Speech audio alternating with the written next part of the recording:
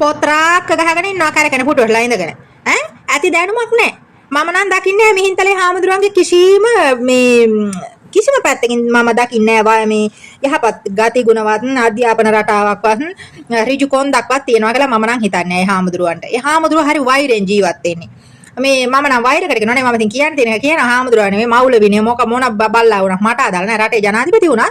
නමුත් අපිට මේ වෙලාවේ අනුර මහත්තයාට ඉතින් දොස් කියන්න බෑනේ. අපි දන්නවා රට තිබ්බ තත්ත්වේ. දැන් රට හැදිලා යන විදිහත් අපි දන්නවා. අපි කොහොමද බනින්නේ? ඒක අසාධාරණයි. අනිත් අනුර මහත්තයා ජනාධිපති වෙනවා කියලා මහින්දලාගේ සපගත්තු පෝසත් කරන්න නෙමෙයි අපි මේ ගෙනාවේ මේ අනුර මහත්තයා. මහින්දලා හරහා පෝසත් වෙච්ච උන්ගේ වත්කම් විගණනය කරලා මේවා කොහෙන්ද මුන්ට ආවේ කියනක හොයන්න ඕනේ. ඉතින් ක්‍රමවත් ඒවා හොයාගෙන දැන් කෙහෙලිය නමුක් කරලා පේනව නේද? ඒවට බයියෝ හ්නේ. ඒ වගේ පෝස්ට් එකක් වශයෙන් කරොත් එහෙම අන්ධ වෙලා යන්නේ. එහෙනම් ගහලා කන වෙලා උන්ට තියෙන්නේ. පේන්නේ නැහැ. මාළි මාවේ මොකක් හරි දාපුවම එනවා පිම්මි. මං ඒකනේ කියන්නේ තලන්න ඕන උන්ගේ ඇඟිලි කූරු තියලා මේ දිනනවට ඇවිල්ලා. ඉතින් ඒ වගේ මහා මෝඩ මහින්ද රාජපක්ෂලාගේ පස්සේ යන රනිල්ලා වගේ වයස මේ මැරෙන්න පණ අදිනවා. යනවා ඉතින් පස්සේ සජිත් පස්සේ නම් ගියත් කමක් නැහැ. සජිත් ඉතින් තවන්ර මහත්තයා වගේ ඉතින් බලය ගන්න පොර කෑමක් තියෙනවනේ. කමක් නැtei කියමුකෝ. මේ රනිල්ලා මහින්දලා පස්සේ මොකටද මේ උන් යන්නේ? ඒ මිනිස්සු රාජ්‍ය නායකයෝ වෙලා හිටියනේ. හරි ඉතින් ආසාවට බලය දුන්නනේ. දැන් කරපු හරිය මොකද? මේ බේන ලක්ෂ ගණන් රටවල ලක දුක් විඳිනවා කොච්චරක් නම් අඬු කඳුලෙන් කාන්තාවෝ ජීවත් වෙනවද? මේ රටවල වල. කොච්චර මම සාක්ෂි දෙන්න. මට හරි වේදනයි. මට මේ දේ සම්බන්ධයෙන් කතා කරන්න ඕනේ. මට මෙහෙ කතා කරන්න බෑ. නැත්තම් මම දන්නවා ඔකට කතා කරන්න ඇති. මට සමාජය අනිත් පැත්ත හරවන්න පුළුවන් මට කතා කරලා. ඒ හැකියාවක් මට තියෙනවා. මම මේ බොහොම ස්ලෝ එකේ යන්නේ. මොකද මට ලිමිට් තියෙනවනේ. ඒ ලිමිට් පන්නන්න බෑ මට. නැත්තම් ආලියා නෂීම් කියන්නේ ඔය කවුරුවත් දන්නේ නැහැ ශක්තිමත් කාන්තාව. සහ දැනුම අතින් මට තියෙන අත්දැකීම් සහ දැනුම මම තාම සමාජයට මුදා හැරලා නැහැ. මම සාක්ෂි අතුව පෙනවා මගේ ජීවිතයේ අත්දැකීම් වලින්. මමත් මේ රටට විතරක් ආපු කෙනෙක් නෙමෙයි රටවල් වල ගිහලා තිනවා. ලංකාවේ රැකියාවන් ගණනාවක් කරලා තිනවා. සමාජයේ අවුරුදු 15 30 හොඳම කොළඹ සමාජයේ හිටියා. සමාජයේ අහු මුළු නෑර ඔක්කොම දන්නවා මම. වෙන සිද්ධාන්ත. ඉතින් ඒ නිසා ඒ වලේ දැනුම ටිකෙන් ටිකනේ බෙදලා දෙන්න ඕනේ. දැන ගැනීම සඳහා ජනතාව නොදන්නා ගොඩක් දේවල් තියෙනවා අපේ සමාජය තුල මේ රට ජීවිතය තුල ගොඩක් තියෙනවා. අපි මේ වීඩියෝ එකක් කරපු පමණින් අපි මේ අරබිලත් එක්කනේ දිනනවා අරවද මේවද කියලා ඔය පද හදනේ උන්ටත් මම නම් උත්තර දීලා තියෙනවා TikTok එකේ ලක්ෂ 25 30 ගිහින් තියෙන වීඩියෝ views රීච් ගිහිල්ලා කියනවා හොඳ පදෙන් වැඩක් නෑ. හැබැයි මම නම් ප්‍රාර්ථනා කරන්නේ මට අරබියෙක්ම කසාද බඳින්න ලැබිය. අරබියෙක්ම මට ඔය බණිනේ උන්ට පෙන්නන්න. මං එනං ආදරය කරලා පෙන්නනවා කොහමද? ආයි මුකුත් නෑ. ලංකාවේ උන්ට අපි යගේ නෑනේ. අපි හොඳ නෑ. අපි බඩු, අපි කොම්බ, අපි නිකන් ගහලා අතාරින්න ඉන්නේ උන් කියලා හිතෙන. මම නම් ප්‍රාර්ථනා කරන්නේ. මම මෙහෙන් එළියට ගියපුවම මම අත ගහනවා අරබියෙකුට හරි. මම යුරෝප රටකට යන්න හම්බුනොත් මම සුද්දෙකුට හරි අත ගහලා මම මගේ ජීවිතේ මම පෙන්නනවා කාටවත් පෙන්නන්නේ නෙමෙයි. මේ අපිට බණිනේ උන් ඉන්න නිර්ෂ්‍යා කරන්නේ උන්ට පේන්න දාන්න ඕනේ. උඹලා නිකන් මෙහෙමනේ කියලා. මොකද නිකන් අපි මේ 2.50ට වැටෙන්න ඕනේ නෑනේ. අපි රට නියෝජනය කළා නම් අපි අපරාධ කරලා නැහැ. අපරාධ කළා නම් මේ වෙනකොට ආලියා නෂීම් කියලා චරිතයක් සෝෂල් මීඩියා එකේ ඉන්න බෑනේ. නේද? කියන තරම් අපි වැරදි කරනවා. දැන් මට ওই කංජි පාලනත් එක්ක සම්බන්ධතාව තියෙනවලු. කිව්වට ඉතින් කෝ සාක්ෂි නැහැ. ඒකයි. සාක්ෂි මත මට පෙන්වන්න පුළුවන් දේවල් ගොඩක් තියෙනවා. ඒ වෙනකොට මට හැම මේ අවස්ථානුකූලව පෙන්වන්න විදිහක් නැහැ. නැත්තම් මම ලංකාවේ අංක 1ට මේ වෙනකොට සෝෂල් මීඩියා එකේ මීට වඩා ඉහළ ඉන්නවා. මම ළඟ තියෙන සාක්ෂි, මගේ දැනුම, අත්දැකීම් මට මං ඒ කතා කරන හැමදේම ඔප්පු කරලා පෙන්නන්න පුළුවන් හැකියාවක් මට තියෙනවා ජනතාවට. ඉතින් මේ අවස්ථාව මට පොඩ්ඩක් අඩුවෙන් තමයි ලැබිලා තියෙන්නේ. බලමු අපි ඉන්ෂාල්ලා අරබියෙක් හරි බඳ පටන් ගන්න. තනියම බෑ ළමයි. ඒකනේ අපි හිර කරන්න බලනවනේ කට්ටිය. ඒකයි. ඒකට පුරවැසි භාවයක් හම්බ වෙනවා. නාකි සුද්දෙක් බැඳලා පුරවැසි භාවයේ PR එක ගන්න පුළුවන්. ලොක්කට ටිකක් නාවලා කවලා තිබ්බහම අවුරුදු දෙක තුනක් කට කන්න ඕනෑලු. ඕක මොකද?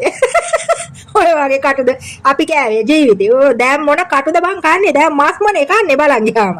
දැන් කටු කන්නේ අපේ අම්මට කියවන අපේ අම්මා කන පිස්සු දාන්නේ. ඔයා කොහෙද දැන් දුක් විඳින්නේ? පිස්සු කතා කරන්න බා. WhatsApp වැඩි වෙලා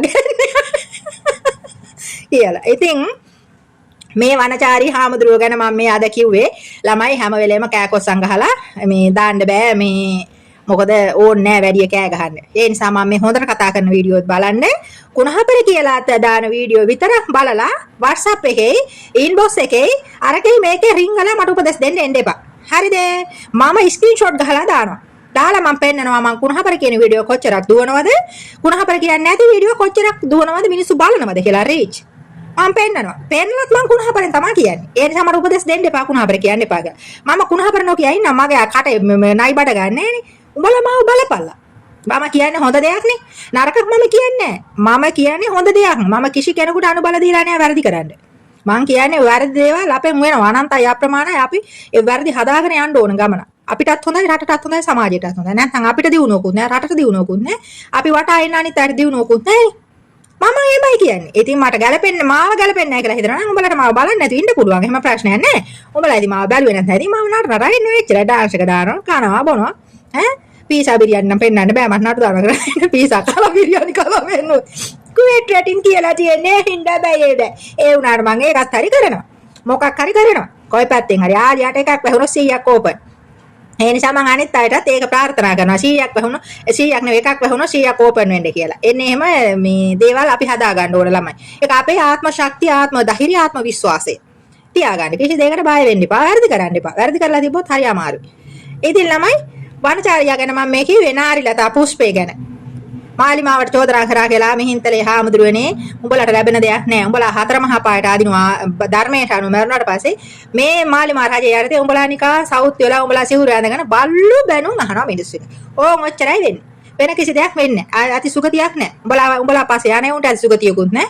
උඹලා පස්සේ ගියලා ධර්මයෙන් නිවෙන්නත් බෑ. සැබෑ නිකම් නිවෙන්නත් බෑ. කොහොමද ගිනි අරන් තමයි එන පුකට ගිනි තිබ්බා වගේ. ඉතින් ඒ නිසා මාලිමාවට චෝදනා කිරීම සම්බන්ධයෙන් මම ওই චුට්ටක් කිව්වේ. ඔවුන්ට කුණාපර කියලා මටම බැරි ගහලා ඉන්නේ ළමයි. ඇත්තම.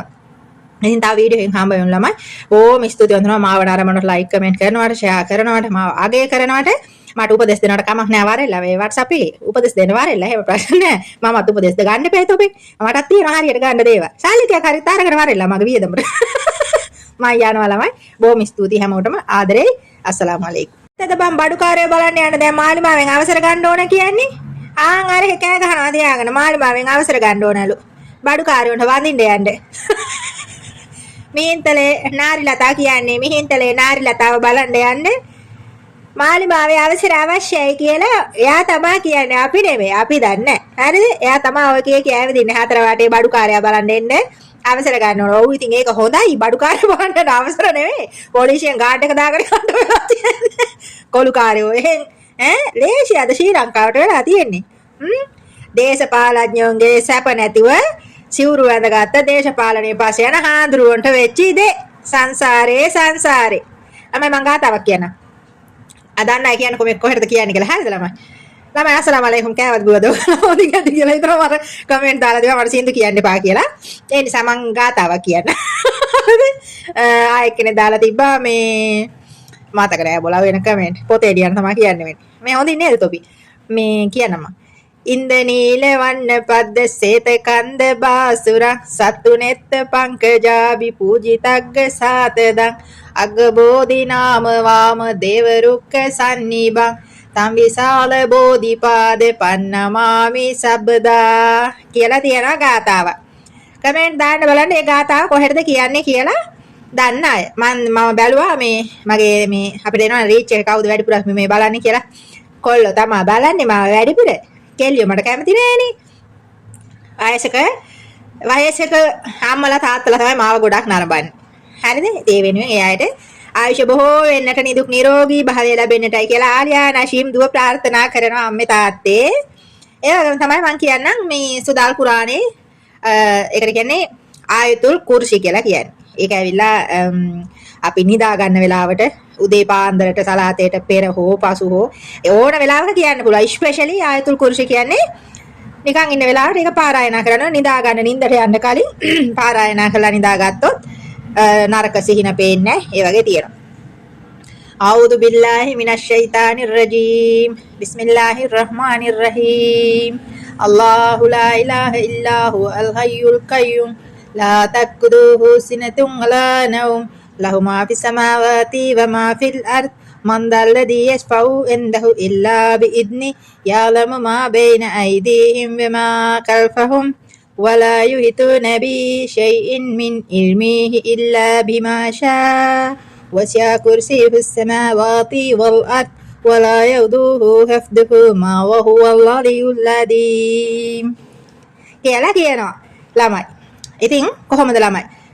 මිහින්තලේ නාරිලතා බලන්න අවසර ගන්න ඕනේ කියලා දැන් ආයෙ නාටකමක් නටන පොලිසිය ආරක්ෂාව ඉල්ලනවා නායයන්ට හදනවා කියලා අර හෝටලෙන් නායයන්ට හදනවා කියලා තාප්ප ගහලා ඉල්ලනවා මාලිමාව උඩ පස්සේ මිහින්තලේ ආමුදුරන්ට වෙලා තියෙන කොමන්දේ ආධාර උපකාර ගන්න මාලිමාව දෙන්නේ නැහැ වෛරෙන් වෛරී සහගතව මත්තලා ඉන්නේ මූණ බලන්නකො මිහින්තලේ ආමුදුරන්ගේ මූණ බලන්නකො තියනවද පින් පාටක් තියනවද මනුස්ස පාටක් අපි නම් ෆිල්ටරයක් දාලා හරි පොඩ්ඩක් පෙනුමට ඉන්න සාමාන්‍ය මිනිස්සුෙකුට පියකරු භාවයක් ඇති වෙන්න මිනිස්සෙක තියෙන්න බෑ යම් පෙනුමක් දැන් මට බනිනවා ෆිල්ටරේ දාලා ඉන්න ෆිල්ටරේ දැම්මත් ලස්සන වෙන්නේ නැති කී දෙනෙක් ඉන්නවද බලමු ඒ නිසා දැන් කියනවා දැන් ආයෙ චෝදනාවක් එල්ල කරලා තියෙනවා මල් පහන් පූජා කරන්න පෙරහැර තියන්න පුද පූජා කරන්න අවසර දෙන්නේ නෑලු මාලිමාවෙන් අවසර දෙන්නේ නෑලු මාලිමාවට ජාතකයක් නෑලු ජාතියක් නෑලු ආගමක් නෑලු නිරාගමක්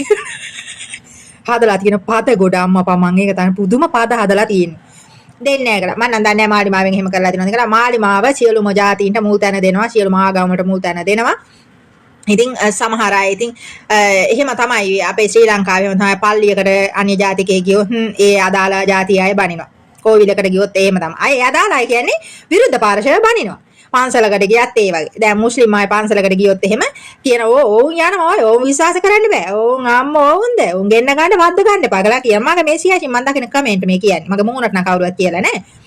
එතකොට පල්ලියකට සිකුරාදා දවසේ සිංහල ජාතිකයෙක් ගියොත් බෞද්ධ ක්‍රිස්තියානි ජාතිකයෙක් ගියොත් සමහරට මුස්ලිම් අය වුණත් එහෙම කියන්න පුළුවන්. මම නම් හැබැයි ඒක මම දැකලා නැහැ. හැබැයි උනට මම දැකලා තියෙනවා සිංහල අය කියනවා.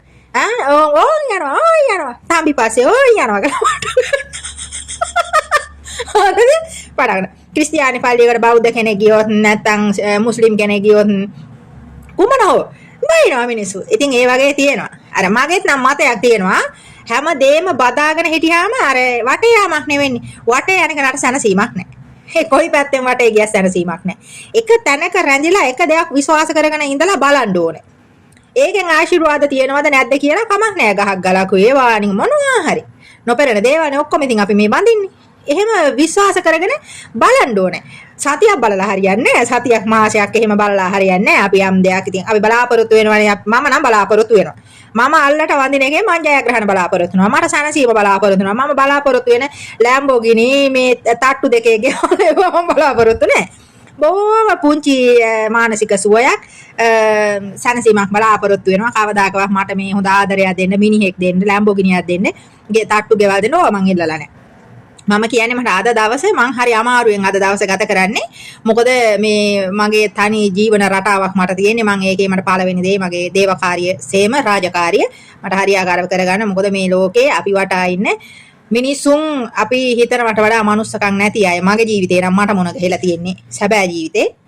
හිතුවට මනුස්සකම් තියනවා කියලා එහෙම එකක් නෑ ඒගොල්ලන්. හැම වෙලේම බලලා තියෙන්නේ උගුල්ලට වන්න. ඉතින් ඒ නිසා අර දුරින් ඉන්න කෙනාට ඉතින් උගුල්ලට වඩා වැඩක් නෑ. ඉතින් දුරින් ඉන්න කෙනාට උගුල්ලට ක්‍රියාත්මක කරගන්න බෑනේ. ඒ නිසා තමයි බැන ඇවිදින්නේ. ඉතින් ඒ නිසා ඒ වගේ අපිට නොපෙනෙන සිත් තුළ තියෙන සතුරු බලවේගයන්, සතුරු ප්‍රහාර, උගුල් ඒ වලින් මං ආරක්ෂා වෙන්න ඕන, ආරක්ෂා කරන්න ඕන. ඒකට මේක මම සාධාරණව ඉල්ලන්නේ. මම අරදි කරන්නේ මම උදේ යන්නේ නැගිට්ටම ඒකකට උගුල්ලට වන්නේ නින්දර යනකොට ඒකකට හේන ඉල්ලන්නේ. සතුරටත් මිතුරටත් කියන්නේ මම යන ගමන් මගේ හිතේ මට එහෙම තරහ උපදිලා මං එහෙම හැබැයි මට කේන්ති ආවොත් එහෙම උන් හිටිය දැන් මතක නැහැ.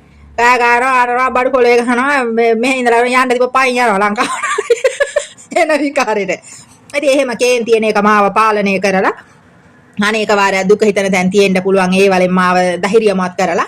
ඉතින් එහෙම යන ගමනක් නේ අපි ඉල්ලන්නේ. ඒක හැම තැනටම ගිහින් ඉල්ල ගියොත් හැම එක තැනකවත් හම්බ වෙන්නේ. වටේ යනකොට සැනසීමක් නැහැ කියලා මම ඒකයි අර්ථකථනය කරේ.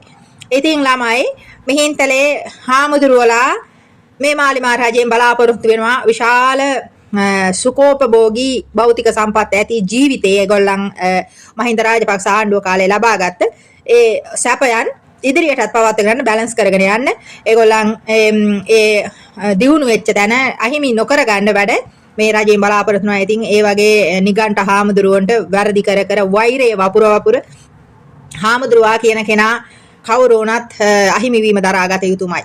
ඒක තමයි තේරුම් ගන්න ඕන එකම දේ. අහිමි වීම දරා ගන්න ඕන. අහිමි වීම තේරුම් ගන්න දුක හිතෙන්න පුළුවන්. පෘථග්ජනයිනේ. දුක හිතෙන්නේ නැත්නම් ඉතින් ඒක රහත්ලාද කොහෙද කියලා කියනවනේ නේද?